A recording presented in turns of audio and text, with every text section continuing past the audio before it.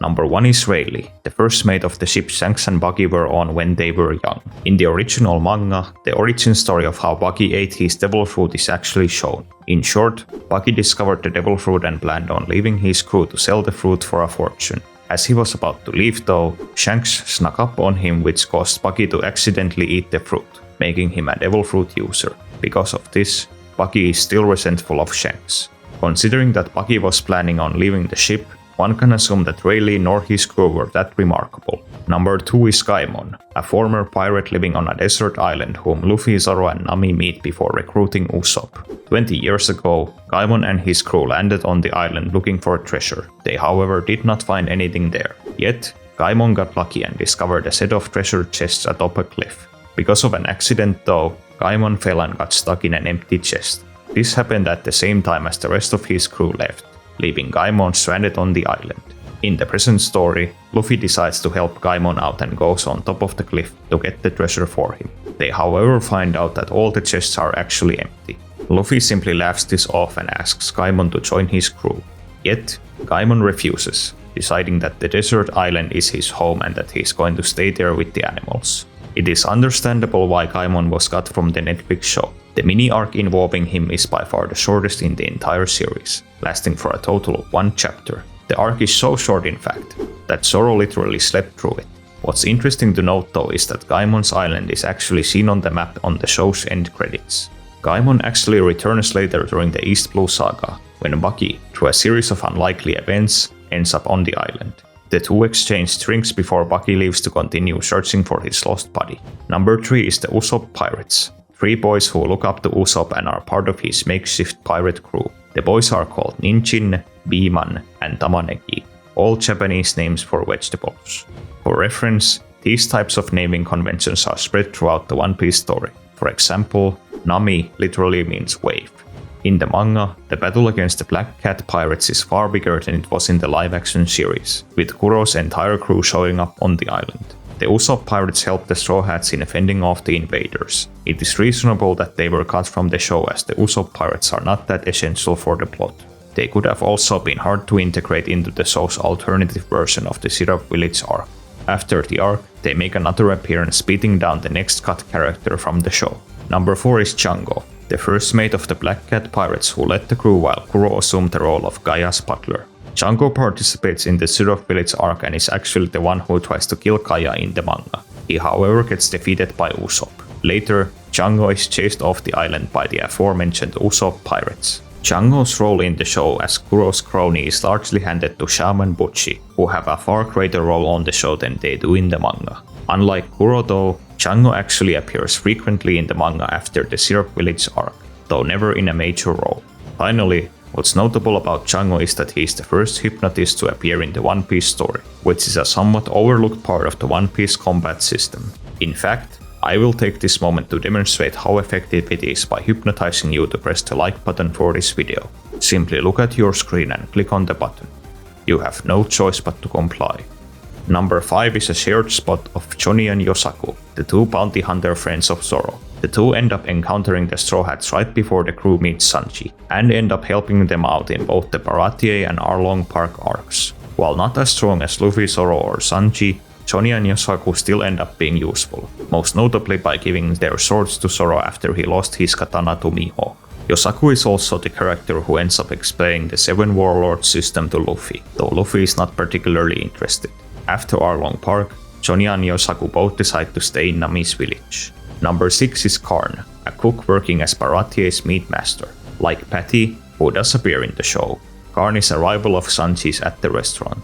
However, as Baratie was arguably the storyline most significantly altered in the Netflix show, it stands to reason why Carne was not included. In the manga, Baratie is actually a far longer storyline and involves Luffy helping defend the restaurant from pirates who had suffered a devastating loss to Mihawk in the Grand Line. In the show though, Mihawk actually finished his pirates off without them, with the exception of Gin ever making it to Baratie.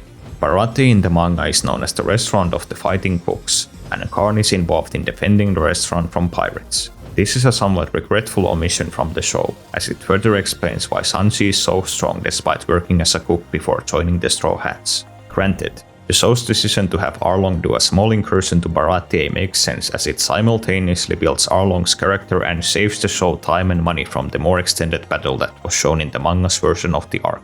If you're interested in the Baratie characters like Carne, they also appear in the Shokugeki no Sanji spin-off manga created by the author of Shokugeki no Soma. While not canon, it's still a good read. Number 7 is John Giant, a Marine Vice Admiral who was present at Navy HQ when Luffy's first bounty is announced.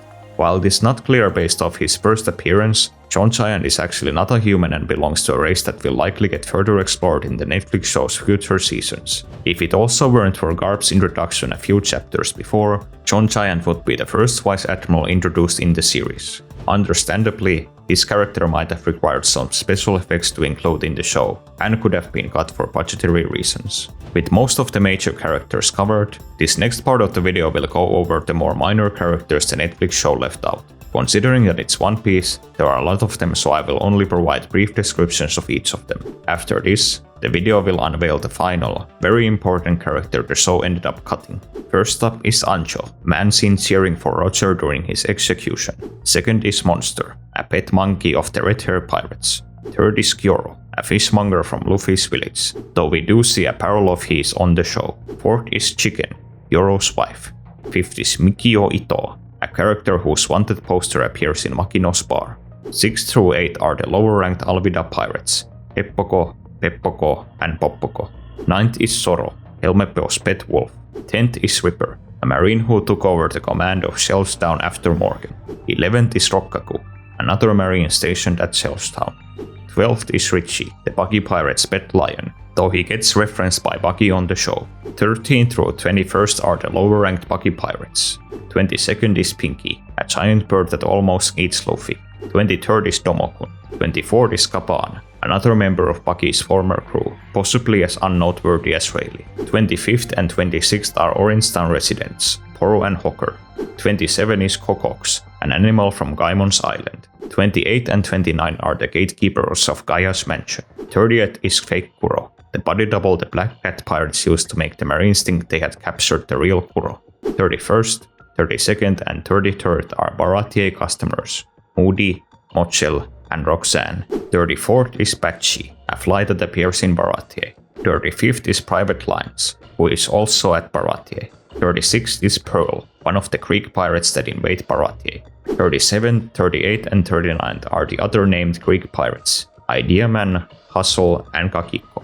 40th, 41st and 42nd are the Kumate tribe, a group of cannibals that almost eat Buggy. 43rd is Panda Shark, a fish that attacked Yosaku. 44th is Fishman Nami, a drawing of Luffy's of Nami as a member of the Merfolk. 45th is Chapo, a young boy from Nami's village. 46 to 49 are the lower-ranked Arlong pirates, Pizarro, Kaneshiro, Take, and Shioyaki. 50th is Pudding Pudding, a marine commodore that was killed by Arlong and his men. 51st is Dr. Nako, a doctor from Nami's village. 52nd and 53rd are Mommy Me and Daddy D, who run an orphanage in Nami's village. 54th is Sam, a drunk from Nami's village. For disclosure, I did not mention Shanks' lower-ranked subordinates as they seemingly appear on the show despite not being credited.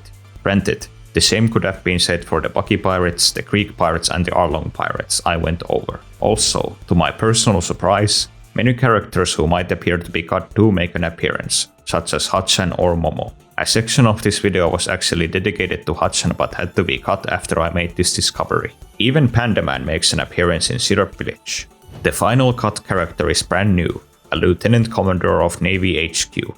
Brannew is actually an extremely important character to the story, as he's the marine who gives out the bounties. Fittingly, his first appearance in the show is when Luffy's first bounty of 30 million berries is released.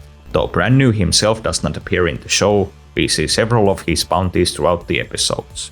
A notable example of this is Mihawk's bounty, which does not appear to have a number as it's been cancelled.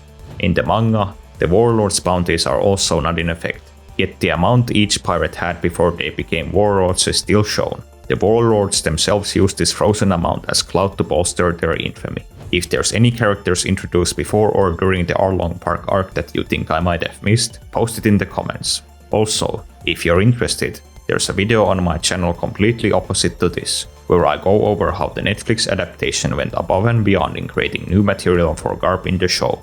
Give it a watch if you're interested. And thanks for watching this video to the end.